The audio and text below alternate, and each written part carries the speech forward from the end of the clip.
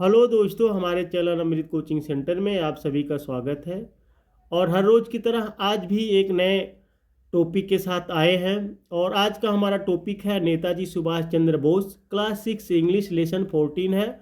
इस लेसन में पूछे गए सभी प्रश्नों के उत्तर के बारे में सरल हिंदी अनुवाद के साथ जानकारी प्राप्त करेंगे। यदि अभी तक आप लोगों ने यह लेसन को नहीं पढ़ा है तो हमारे चैनल पेज पर जाइए। इसी प्रकार से आपको लर्निंग इंग्लिश क्लास 6 में मिल जाएगा और वहाँ पे जाके आप लोग आसानी से पढ़ सकते हैं और पूरी जानकारी प्राप्त कर सकते हैं नेताजी सुभाष चंद्र बोस के बारे में। कौन नहीं जानता है नेताजी सुभाष चंद्र बोस के बारे में। वो है एक महान पुरुष थे, वीर पुरुष थे। तो चलिए, लेसन में पूछे गए सभी प्रश्नों के उत्तर हम लोग बहुत ही आसान तरीके से सीखते हैं। तो वीडियो को अंत तक जरूर देखिएगा, पसंद आए तो लाइक कीजिए। और कोई भी असुविधा यदि आपको होती है तो कमेंट बॉक्स में ज़रूर लिख कर भेजिएगा, जिसको हम आसानी से हल कर सके। और आप लोग का ढेर सारा कमेंट आता है, मुझे बहुत अच्छा लगता है। आप लोगों का बहुत बहुत धन्यवाद।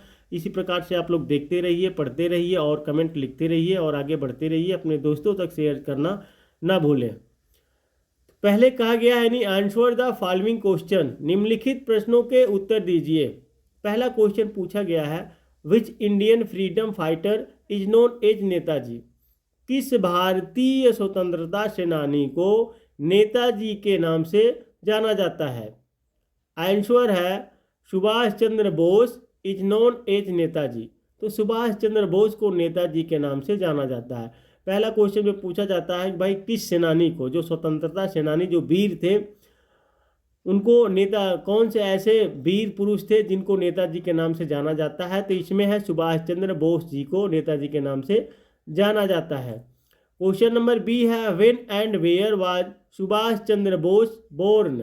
सुभाष चंद्र बोस का जन्म कब और कहाँ हुआ था। दूसरे क्वेश्चन में पूछा जाता है सुभाष चंद्र का जन्म कब और कहाँ हुआ था। आंसर है Subhash Chandra Bose was born on 23 जनवरी 1897। यानी सुभाष चंद्र बोस का जन्म 23 जनवरी 1987 को इन अ हिंदू फैमिली इन कटक उड़ीसा। कटक यानी उड़ीसा में एक हिंदू परिवार में हुआ था। उनका जन्म 23 जनवरी 1997 में उड़ीसा के कटक में हुआ था। क्वेश्चन नंबर सी है, why did Subhash Chandra Bose resign from the Indian civil services.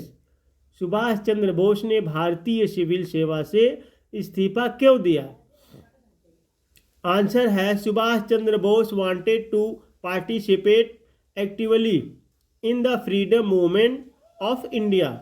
Subhash Chandra Bose Bharat के स्वतंत्रता आंदोलन में सक्रिय रूप से भाग लेना चाहते थे। Therefore he resigned from the Indian Civil Services and returned of India। इसलिए उन्होंने भारतीय सिविल सेवा से इस्तीफा दे दिया और भारत में लौट आए। देखिए, उन्होंने अपने देश की रक्षा करने के लिए जो सिविल सर्विसेज में नौकरी कर रहे थे उसको रिजाइन दे दिए और अपने देश में चले आए और भारत लौट आए और वह जो है स्वतंत्रता आंदोलन में सक्रिय हो गए। और इसी प्रकार से उन्होंने लड़ाई की अंग्रेजों के साथ और अंततः हमारे भारत को जीत प्राप्त हुई। इसीलिए आज हम लोग स्वतंत्र हैं। क्वेश्चन नंबर डी है, who was the political Guru of Subhash Chandra Bose. Subhash Chandra Bose के राजनीतिक गुरु कौन थे। आंसर है देश बंधु Chittaranjan Das was bosses political गुरु। तो देश बंधु चित्तरंजन दास बोस के राजनीतिक गुरु थे। यानी सुभाष चंद्र बोस के जो है गुरु कौन थे, देश बंधु चित्तरंजन दास, वही गुरु थे इनके। क्वेश्चन नंबर ई है, what does INA stand for. INA का मतलब क्या है। तो आंसर है INA stand for Indian National army. INA का मतलब है इंडियन नेशनल आर्मी, यानी शॉर्टकट में लिखा गया है INA। इसका मतलब होता है I मतलब इंडियन, N मतलब नेशनल और A मतलब आर्मी। इसका फुल फॉर्म हो गया यही, Indian National Army. Question number F दिया गया है, write the slogans given by Subhash Chandra Bose. Subhash Chandra Bose द्वारा दिए गए नारे लिखिए। तो आपको लिखना है popular slogan given by Subhash Chandra Bose were. तो सुभाष चंद्र बोस द्वारा दिए गए लोकप्रिय नारे थे दिल्ली चलो, जय Hind and give me blood and I will give you freedom. Delhi चलो, जय हिंद और तुम मुझे खून दो और मैं तुम्हें आज़ादी दूंगा। यही उनका नारा था कि दिल्ली चलो, जय हिंद और तुम मुझे खून दो, मैं तुम्हें आज़ादी दूंगा। अगला है question, write T for true and F for false statement. सत्य के लिए टी और गलत कथन के लिए एफ लिखें। तो इसमें पूछा गया है तो यहाँ पे जो सही है वहाँ पे टी लिखना है, जो गलत है वहाँ पे एफ लिखना है। Subhash Chandra Bose was a great freedom fighters.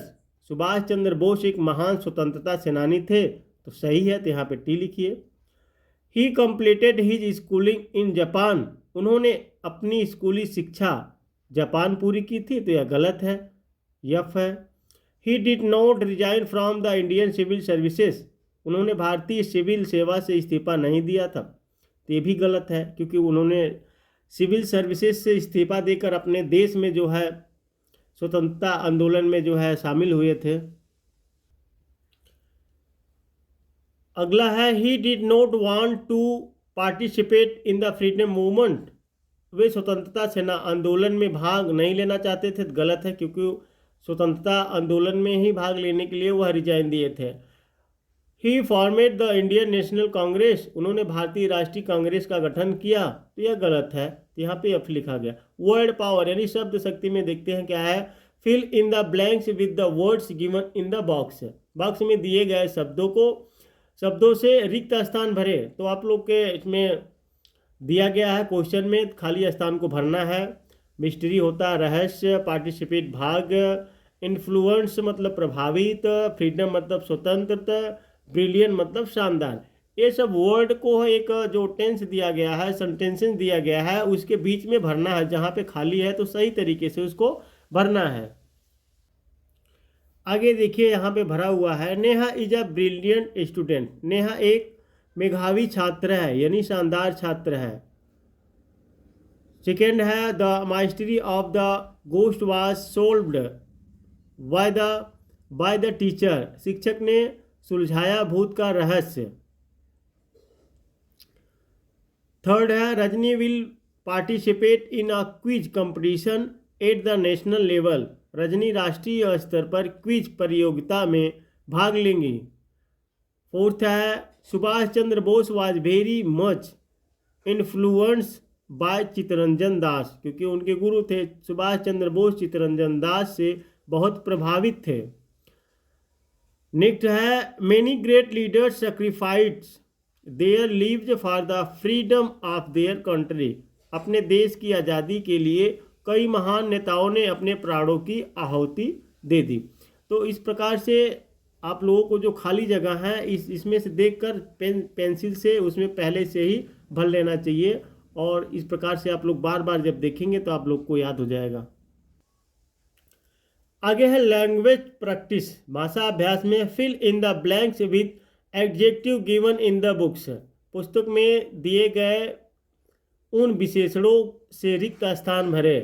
Which is opposite in meaning to the underline adjectives. जो रेखांकित विशेषणों के अर्थ के विपरीत हो। One is done for you, एक आपके लिए पूरा किया गया है।